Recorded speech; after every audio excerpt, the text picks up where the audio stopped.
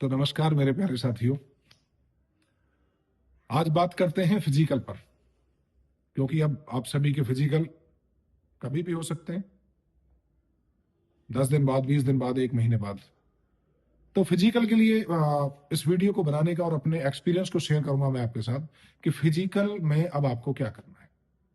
Running mostly सभी ने शुरू कर दी होगी, कुछ बच्चे हाई जंप भी कर रहे होंगे, कुछ लॉन्ग जंप भी कर रहे होंगे और कुछ चोट भी खा रहे होंगे, और चोट के कारण सारी तैयारी धरी रह जाएगी।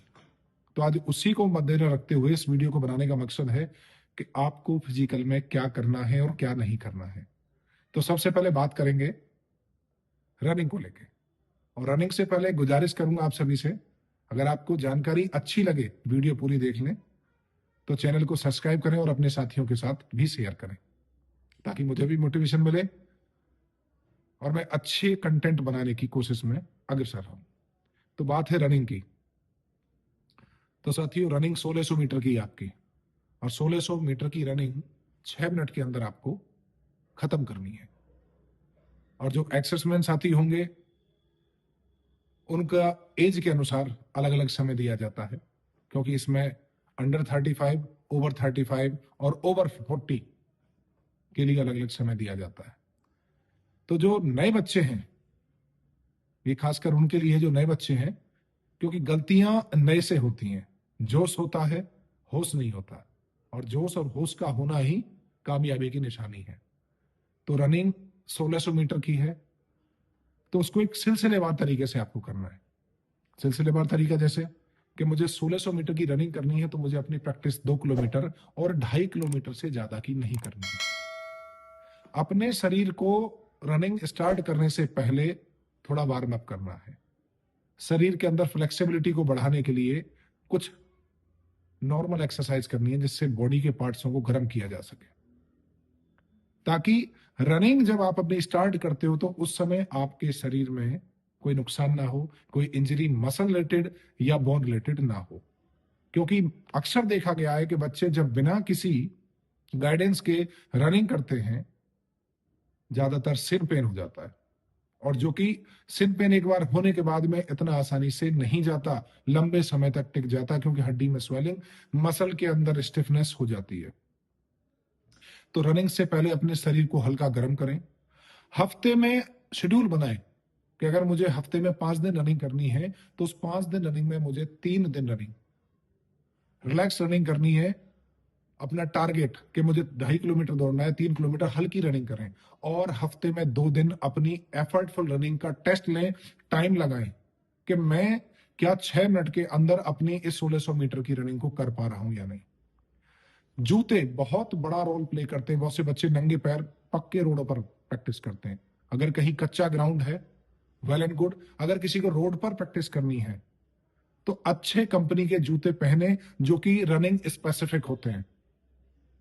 कोई ज्यादा महंगे लेने की जरूरत नहीं है, बहुत कम कॉस्ट में अंडर 1000 भी जूते आते हैं, जो कि रनिंग के लिए कंफर्ट होते हैं। तो अच्छे जूते पहनेंगे तो कुशनिंग अच्छी होगी, तो आपके पैरों के जॉइंट्स पर और ये हड्डी पर, मसल्स पर दबाव कम आएगा और वहां पर चोट नहीं होगी, जिसके कारण आपकी रनिंग बहुत अच्छी होगी।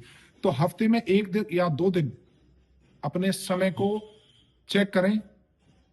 एक निश्चित दूरी पर 1600 मीटर का एक मार्क कर लें। अगर गोला है 400 मीटर का, तो उसके 4 चक्कर चेक कर लें। या कोई लंबी रनिंग करता है, और मेरी सलाह यह है लंबी रनिंग ना करके आप सर्कल में रनिंग करें तो ज्यादा बेहतर होगा। साथ में फिर 2 इवेंट बच जाते हैं हमारे। पहला रनिंग है, और दूसरा इवेंट मोस्टली लॉन्ग जंप होता है। पहले लॉन्ग जंप होगी, तो लॉन्ग जंप की तैयारी तब स्टार्ट करना जब आपकी रनिंग कंप्लीट हो जाए कि हाँ मैं अब रनिंग अच्छी कर सकता हूं। दूसरा, बहुत ज्यादा सॉफ्ट ग्राउंड, बहुत ज्यादा सॉफ्ट ग्राउंड का ध्यान रखें। जैसे कि जहां पर तुम्हें जंप करनी है, जहां पर आपका स्टेप जाके गिरता है, वो बालू रेत हो, मिट्टी सॉफ्ट हो, उसमें कंकड़ पत्थर ना हो, मिट्टी में गीलापन ना हो, सर्दी का टाइम है, मॉइस्चर ना हो, और है तो उसमें बालू रेत का इस्तेमाल ज्यादा करें, जिस पे ताकि आप गिरो तो आपके पैरों के अंदर टकने में कोई चोट ना लगे, पैर में कोई मुड़ाव ना आए। नहीं तो पैर के अंदर अगर मुड़ाव आ गया, झटका लग गया, तो तुम्हारे सूजन आ जाएगी, जिसकी वजह से आपकी रनिंग भी खत्म हो जाएगी। जो इतनी मेहनत आपने की है, प्रैक्टिस जो कर रहे हैं, एक बार पैर में अगर मोच आ गई तो सारी की सारी मेहनत बेकार हो जाएगी। तो विशेष ध्यान रखें, अगर हो सके तो रनिंग के बाद में जब आप जंप की प्रैक्टिस करते हो, और वो भी हफ्ते में 2 दिन या 3 दिन से ज्यादा प्रैक्टिस ना करें, और एक बार में 2 बार या 3 बार से ज्यादा प्रैक्टिस ना करें। क्योंकि जो जंप आनी होती है वो पहली बार, दूसरी बार और तीसरी बार में आपका पीक आ जाता है कि मैं इतना कर रहा हूं। बार बार रिपीट करते रहोगे, चोट लगने के चांसेस होंगे।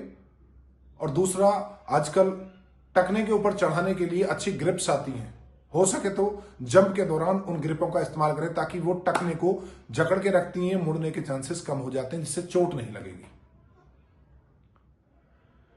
तो मैं बता रहा हूं कि सबसे पहले सॉफ्ट जगह का इस्तेमाल करें। रनिंग करने के बाद जब शरीर गर्म होता है तब ही जाके जंप स्टार्ट करें। और सेम कंडीशन आपकी हाई जंप की, जब आपको हाई जंप करनी है तो एक रस्सी इस प्रकार की हो कि 2 पोलों पर, 2 खंबे पर या 2 लकड़ी गाड़ के उसके ऊपर प्रैक्टिस करें, और रस्सी बंधी ना हो टाइट, कि अगर गलती से तुम्हारी जंप ना हो और उसमें पैर इलझ जाए ताकि तुम्हें चोट ना लगे।